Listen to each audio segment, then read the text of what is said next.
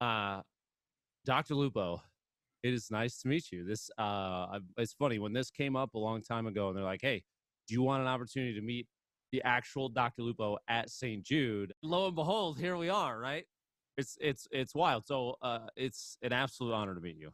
It's a pleasure to meet you too. I have heard and obviously followed your gaming and know all the things that you've done for St. Jude. And I mean, forgive me, I've laughed too because I've had family members send me news articles about you saying like, "There's something you're not telling us." You have a secret side job we don't know about? You're very busy already. What are you doing? That's funny. No, I mean, obviously, because of that, because like you said, the news stuff and those kind of things. I know that what do you know about me? I know that you sort of rose to gaming fame on Twitch. I think it was for Fortnite. Forgive me if I'm wrong. I would say that's the game that made me hit big. Yeah. Yeah. Yeah. And that you just have created this amazing community around gaming because it's more about than just the games, it's about bringing people together. And that you have chosen to sort of dedicate some of your philanthropic efforts to St. Jude, which we absolutely appreciate, and we can't do what we do without those kinds of efforts. So thank you so much. Yeah, there's a lot of things in the world that I think deserve attention, and St. Jude has always been one of those things. Especially after the campus visit. Man, we were on our tour 2 years ago, and we were at the admissions area where the kids come in with their families and they get like doctors and nurses, the team assigned to them. We Mhm. were in the hallway, and a mom was wheeling a little red wagon down the hallway past that. We had to split on either side of the hallway, and her child was in the back. And I forever remember that moment. And it's just a surreal. I'm getting goosebumps thinking about it. I'm not even kidding. I have a moment that's almost the same thing. It's a red wagon moment Do that tell. I was here for a symposium for talks. It was a graduate student meeting, and we were getting a tour, and I saw a little girl, maybe 1.5, sitting in the back of a red wagon, and she made eye contact and she waved at me, and I'm like, "This is where I'm coming. That's all This it is takes. where I need to be." What do you do at St. Jude? So I work in a research laboratory. And so my lab focuses on a lot of different things, but my particular work is actually focusing on this aspect that we call cellular pliancy. Why do kids get cancer? It seems so odd, right? Normally, when you think of cancer, there's this accumulation of mutations, there's exposures, there's all these things. But pediatric cancers, generally speaking, I mean, they seem to pop out of nowhere. How is it that a certain cell at a certain time through its maturation with a certain assault, a mutation, an environmental stress, something results in cancer? But if you change any of one of those combinations, it doesn't happen. You don't get retinoblastoma in your arm. It's very specific to where and how these cancers arise. And so the idea kind of coalesced that there's something specific about how a cell matures that maybe makes it vulnerable at certain times. And it's different for every cell. So if you think about every cell in your body, they have very different jobs to do. Your eye has to do something very different than your stomach, which is very different than your liver, right? But they all have the same DNA. It's all the same blueprint. So clearly, early on, they kind of have to decide what they're going to need to do their jobs when they grow up. And so Okay. the model we use to try to describe this, we call the suitcase model. So imagine this. You're going to Hawaii. Congratulations. It sounds great right now. Yes, I'm on board. Go on. So you're going to Hawaii and you have a suitcase and you're going to pack what you think you need. You're going to pack swimsuit, trunks, t-shirt.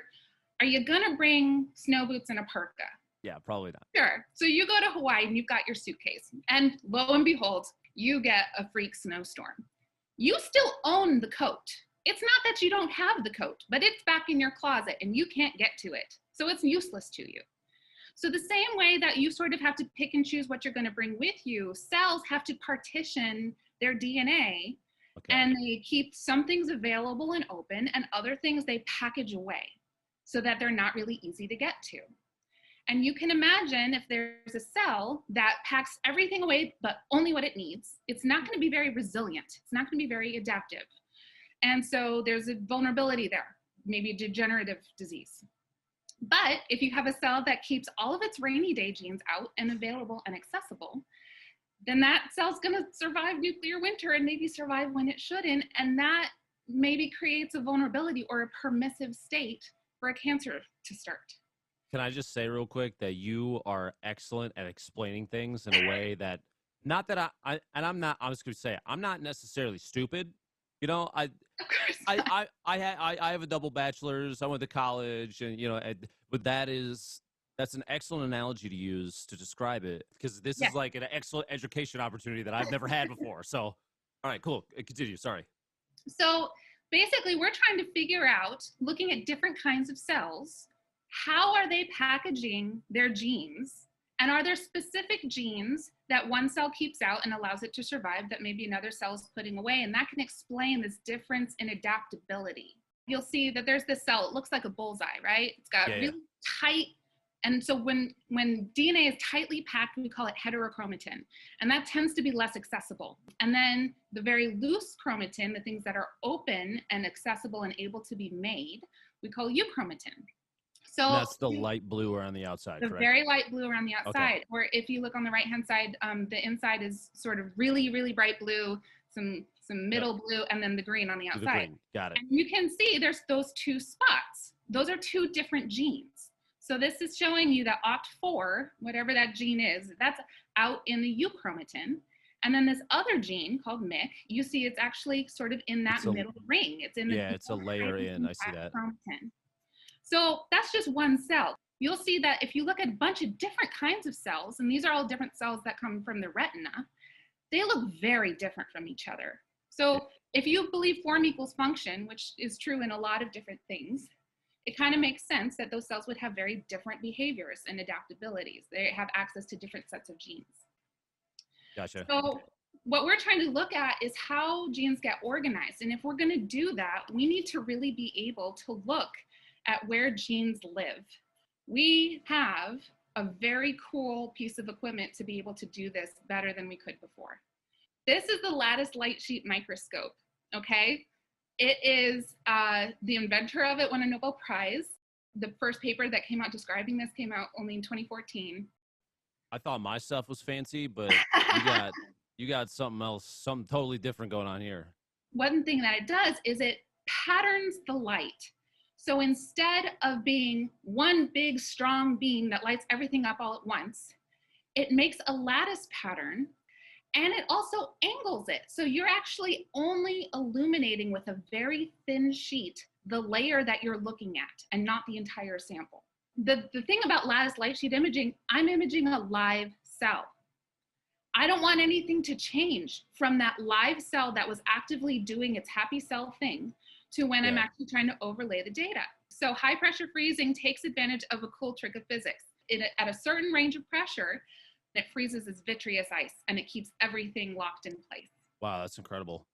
So what I have to do is basically, as fast as I can, get the sample out of the microscope and get it frozen down. And I can do that in under 90 seconds.